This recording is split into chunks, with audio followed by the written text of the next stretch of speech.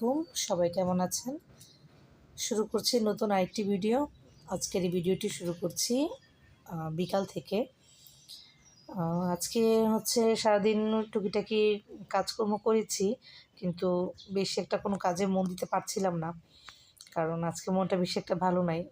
তার প্রধান কারণ হচ্ছে আমার ছেলেটা একটু অসুস্থ, তো ওকে নিয়ে হচ্ছে আজকে একটু ডাক্তারের কাছে যাব।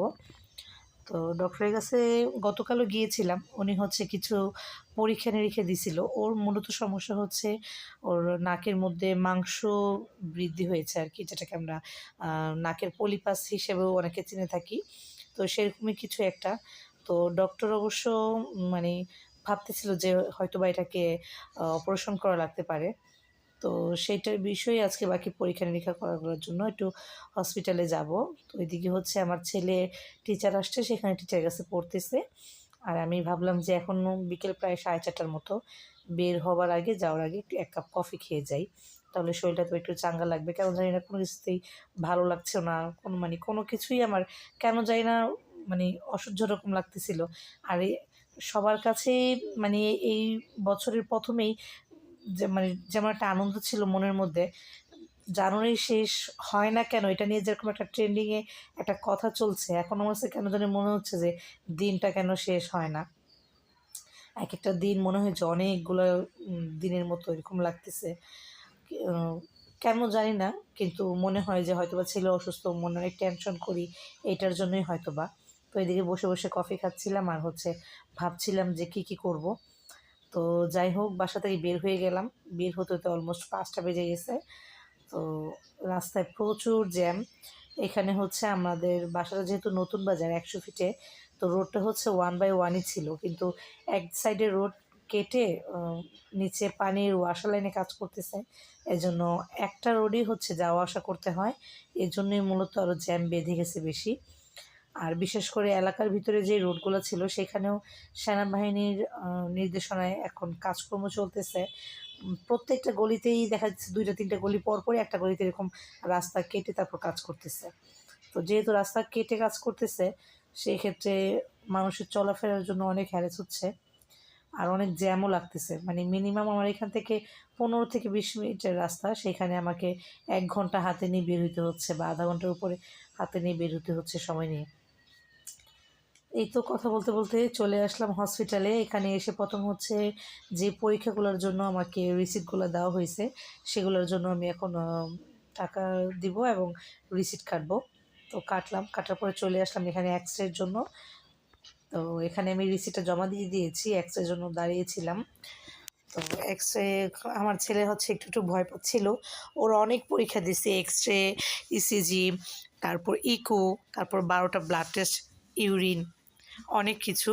তো শুধুমাত্র এক্স-রে করলাম আর হচ্ছে ইসিজিটা করলাম। করার পরে আমার ছেলে হচ্ছে খুব ক্ষুধা লাগছে। বলতেছে, "মা কিছু খাবো।" এখন বেজে গেছে প্রায় ৭টার মতো। তো ভাবলাম যে একটু নিচ থেকে ওকে কিছু খাইয়ে নিয়ে আসি। তারপর তো ব্লাডও দিতে হবে। তো ব্লাড দেওয়ার আগে হচ্ছে কিছু খাবার খাওয়াই নিলে হয়তো একটু ভালো লাগবে।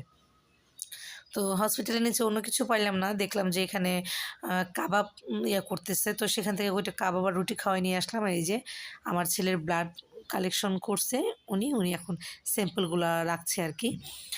তো ব্লাড দেওয়া হয়ে গেছে। ওর হচ্ছে মনটা খুব খারাপ ছিল। অনেকগুলো রক্ত নিচ্ছে। এখানে ওর ১২টা ব্লাড টেস্ট, যেহেতু প্রায় মানে বড়, বড় সিরিজে ৩ সিরিজ রক্ত নেওয়া হয়েছে আরকি।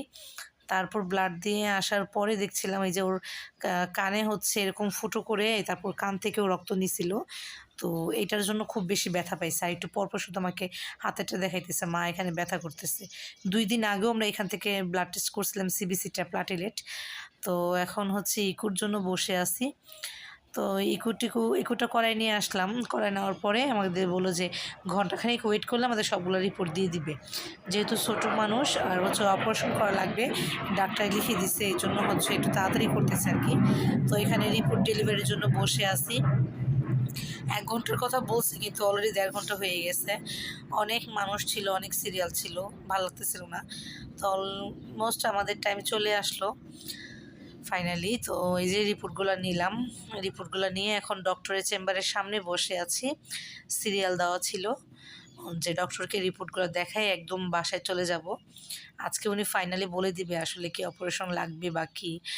তো এখানে হচ্ছে এক্স-রে, ইসিজি, তারপর হচ্ছে echo, blood test, urine test সবগুলো এখানে ছিল। তো ডাক্তারের কাছে এরকম বসে সিরিয়াল দিয়ে করতেছিলাম। আর এর মধ্যে আমার ছেলে বলতেছে যে, "মা ভালো লাগতেছে না, ডাক্তার দেখাবো না। ডাক্তার দেখাইলে বলবে যে অপারেশন করো।" ওর ভয় লাগছিল। তো ওকে একটু মানে ওর সাথে দুষ্টামি করতেছিলাম, একটু হাসাচ্ছিলাম। বলছিলাম যে, "তোমাকে খেলনা কিনে দিব।" তো উপর থেকে আবার নিচটা দেখছিলাম যে নিচে গাড়ি ঘোড়া কেমন দেখা যায়।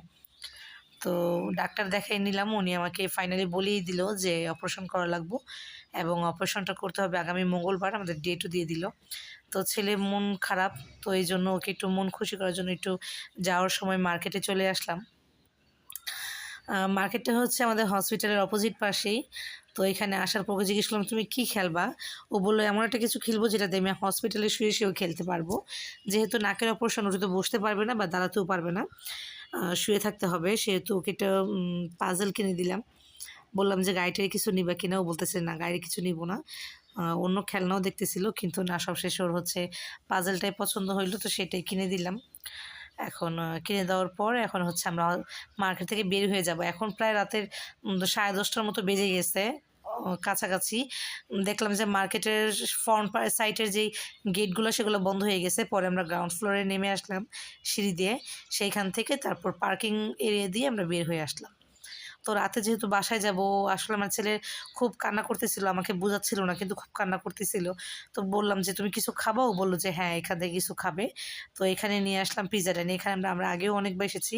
কিন্তু এবার এসে দেখলাম যে এটার চারিদিকে যে এনভায়রনমেন্টটা সেটা অনেক চেঞ্জ করে ফেলেছে। কালারটা অনেক চেঞ্জ করে নিয়েছে। তো এখানে হচ্ছে খাবারের অফার চলতেছিল। ওরা নতুন হচ্ছে একটা আইটেম যোগ করছে, সেটা হচ্ছে সেট মেনু। তো এই সেট মেনুগুলো হচ্ছে নতুন করছে। দামটাও বেশি দেখলাম না। মাত্র ৳200 করে প্রতি পার পিস। তো নিয়ে নিলাম ৩ জনের জন্য ৩ টা এবং আমার ছেলে যেহেতু চিকেন ফ্রাই পছন্দ করে বেশি, ওর জন্য এক্সট্রা একটা চিকেন ফ্রাইও নিয়ে নিলাম। তো মার্কেট থেকে বের হওয়ার পর আমার ছেলে খুব খুশি।